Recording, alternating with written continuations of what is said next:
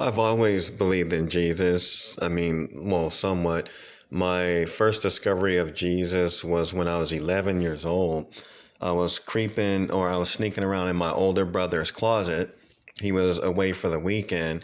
And while I was looking in there in his closet in the floor, a postcard fell down. And the postcard this postcard fell and dropped right in front of me. And when it dropped, it had a picture of this man. He was in the clouds and the sun was coming from behind him. And he looked so angelic. And he was staring at me. You know, I was always considered the black sheep of my family. And,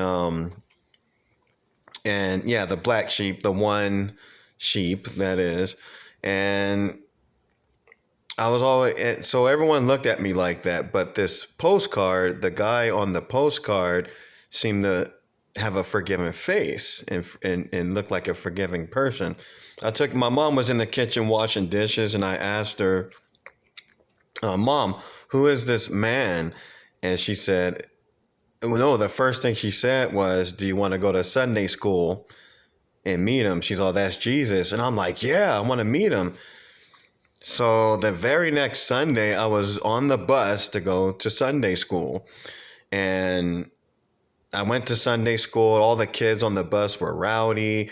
And then, I found when I got to the Sunday school place, I went inside and there was rowdy kids. There was even kids putting tacks on other kids' seats. The kids were so bad and so damn rowdy. I'm sitting there because Jesus was going to come. This is my first time learning about him or hearing about him, and I'm waiting for this dude to come into the classroom. The door opened, and I remember when the door opened, man, the sun. It was morning time. The sun was coming through the door, and I couldn't wait to see Jesus come through that door. I'm one of the only persons I believe on this planet who really 100% believed in Jesus at one moment where man, I knew he was going to come through that door. And then I guess a teacher's aide came through the door and said that our teacher was going to be late, and she left. So when she left, I left the class to look for Jesus.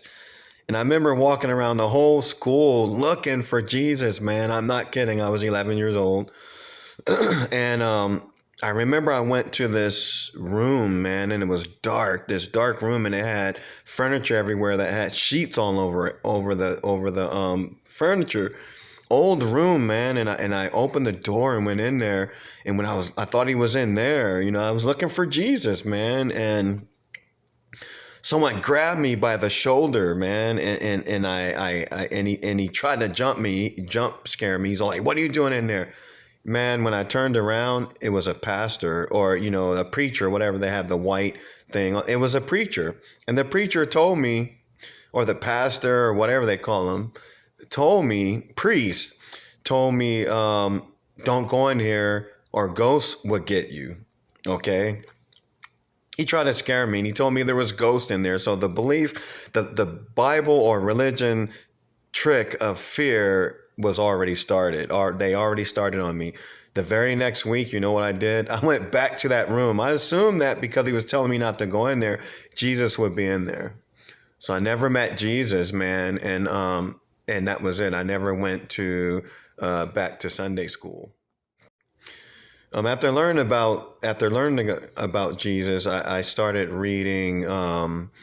I just had faith in him. I didn't go like look nowhere, I didn't go seek out no Bibles or anything like that. I just heard little stories about him, and I'm like, whoa, this guy was, the crucifixion. This guy was walking on water. I was like, well, no wonder. And mind you, the image of Jesus, the one on the postcard, had brown hair, and he was Caucasian skin and stuff like that. So, whatever. But anyways, I'm getting straight to the point on how I discovered this red text. When I was 20 something years old, my older brother died. And uh, It took me a year to go to his grave. And when I went to his grave, I'm trying to find this picture that I took because I go and visit often because of this statue. But when I visited his grave, I walked around the graveyard, and it was a cloudy day. I went in this one area, and there was a statue of Jesus kneeling, and he was looking to the sky. Where he was looking, there was a hole in the clouds. And in that hole, the sun was coming down, and it was hitting this statue of Jesus in the face. I was a fan ever since. And so I became a believer in Jesus. Didn't really, and so I started reading. I went and did get a Bible, but I read the begin. It was so big. I only read Revelations and Genesis. Revelations and Genesis. I once went to jail, for 2 days. No big deal. It was totally worth it. And in jail, all they had to read was The Wizard of Oz and the Bible. Go figure. So I went and grabbed the Bible, and all I would read is Genesis, Revelations, Genesis, Revelations. And yeah, and that's all I read. So fast forward to many years, I moved to Oregon, and I learned a lot of things there, man. I learned how to balance rocks, and I learned how to love people. It was, by the way, I was married at this time and all that, I was married, but this is about how I found the red text. Well, one day it was a very holy place. It was up in eastern Oregon, up in the mountains, like 10,000 feet in the mountains. I lived there for 3 years. But I had Christian friends and stuff like that. And there was this lady who owned a store.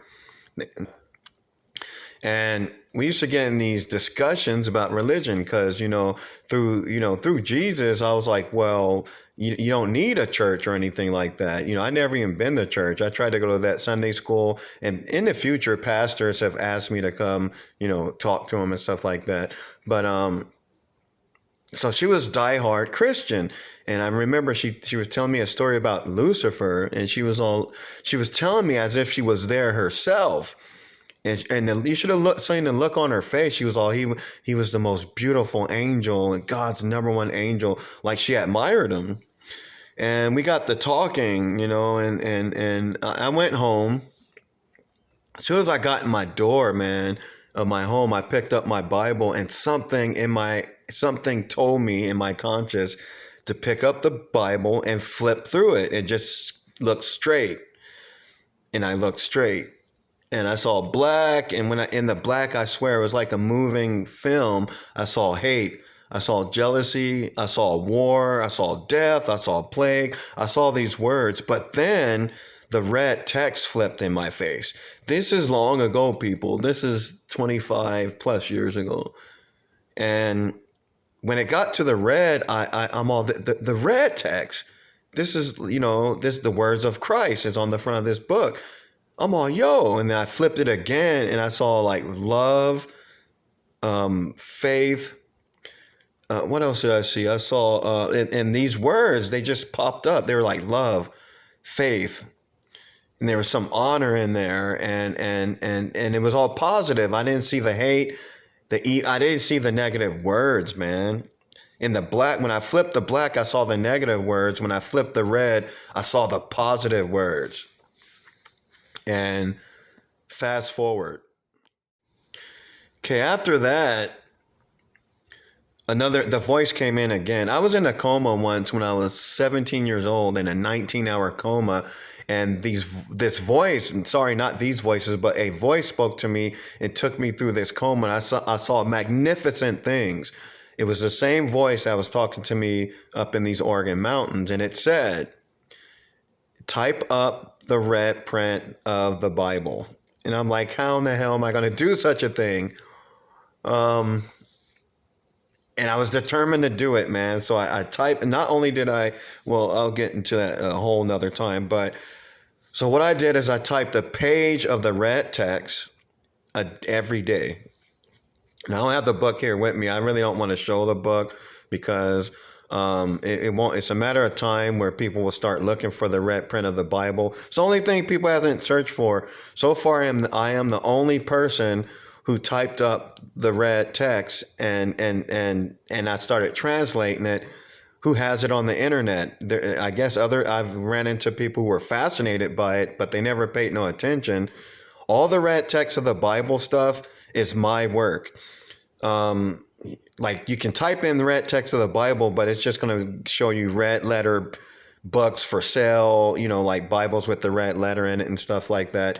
But so I don't get off track, I typed up one page a day. I think it came up to exactly 765 pages. And you know what? I finished it on Christmas Eve, December 24th. I wrote the last words, and it was "I come swiftly, Amen." Something like that. Sorry for not knowing it right offhand. And it was December 24th. I didn't time it like that. I typed up one page, and then I read over it to make sure, because I didn't want to get punished for leaving something out. So I had to read over it and compare it to the Bible, read over. There's a few misspelled words, but nothing was taken out. Nothing was added. It's the red print of the Bible, and it's the words of the Christ.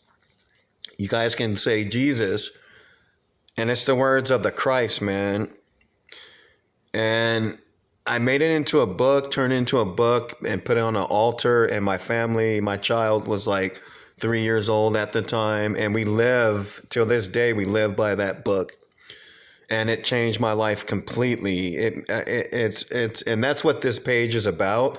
I cannot even tell you in this video what I have discovered from the red text. I'll tell you like this. Remember the game Tetris back in the day where you had to move the shapes around and then they link together?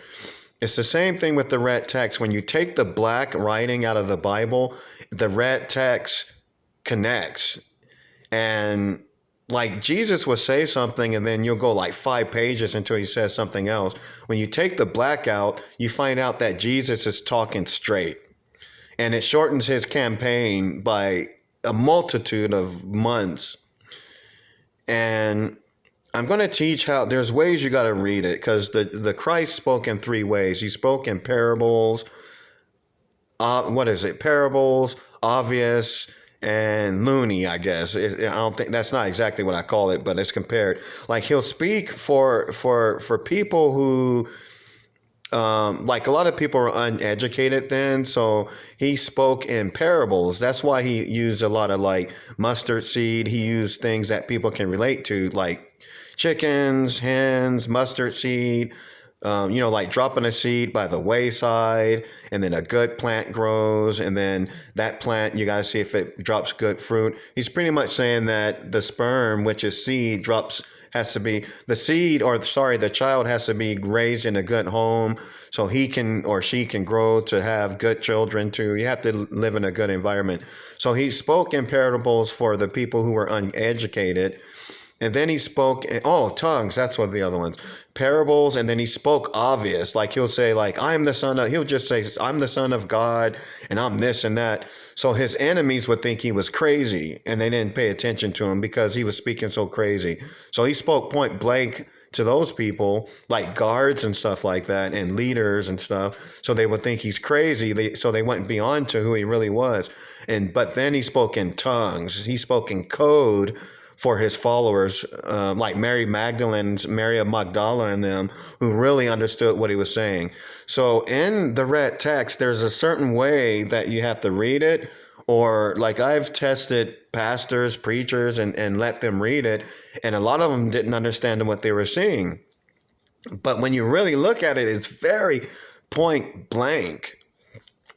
It's very simple. If you try to look into it, there's no way you'll be able to read the red text. If you read it with like he said, the ears. If you have an ear to read it, and you have the open eye, and it's not plucked out, and you just believe what you're seeing, you'll understand his words. And that's what this page is about. I'm finally coming out and talking about this page because it's kind of scary. The stuff, a lot of Christians call it blasphemous. And it's crazy because I share these things with Christians and they say I'm speaking blasphemy, but I'm speaking directly from the red text. And as you go to the page and check out, go to the Facebook page and just read some of it. I'm just speaking directly what the Christ said. So go figure. Am I speaking blasphemous, or are you telling me the Christ is blasphemous, or perhaps Lucifer? Or are you just mixed up? So it's a heavy concept. The red text speaks even deeper than that. The red text pretty much it's a handbook. I found out it's a handbook on how to be a Christ. It's the handbook that teaches you to be a Christ. So for the way for Jesus to return or the second coming, it was through us being him. And not in any physical form. We just put the Christ energy in us, in whatever form we are, whether we're the 5-year-old little girl, the 13-year-old boy, the old man, the old woman, the big man, the skinny woman. We will all be the Christ. And this is what drives the devil crazy. And why the devil pretty much wants AI and wants, I am a supporter in AI for certain reasons. It actually helped me research deeper into the red text to confirm my truths. But that's why the devil wants the human beings gone, because as long as there's a Christ here, the devil is in trouble. And there's a lot of us, there's a lot of us. The Christ also exposed who's running the world right now and destroying the world. And Candace Owens speaks a lot on that. But the reason you'll see there's certain cultures who hate the Christ because of things he said in that red text, like children of the devil and stuff like that. But the Christ, the reason why he was crucified, finally why they crucified him, is because he saw that what really made him snap is it's all happened in one day. He went to a church and found out they were using it as a marketplace. And he's all like, you turned my father's home into a marketplace, and it pissed him off. And then, he went home or went to his camp, and he came back the next day, man, and just got pissed because the marketplace was everywhere. And then he's all, look at your coin. And then he found out that the ones who were in the churches were in cahoots with the Roman leader, with Caesar, and all this stuff, and was cheating the people. Remember, he spoke about the widow. I don't know the chapter off right now. I'll add it when I upload this video. But he said the widow is giving all that she has, and she doesn't even have that much. And you guys still are taking her money and still trying to swindle her out of her home.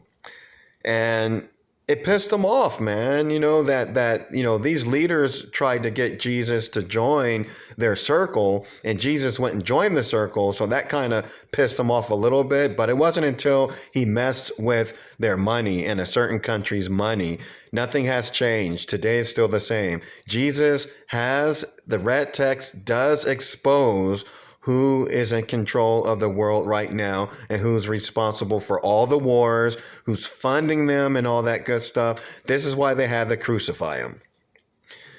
Now, the good news, Jesus did not die from that crucifixion. And I can prove everything and will prove everything I'm talking about here. This is just a little intro to tell you guys finally what this crazy page is about. And that's a lot. It's been decoded. It's been over. I've been on it for decades. Probably longer than a lot of you have. You weren't even born yet. As long as at the time I've been studying this red text. It's crazy and it's fascinating, and the truths I'm going to reveal to you, you will never forget. And I'm going to be in big trouble. Okay, see you guys later.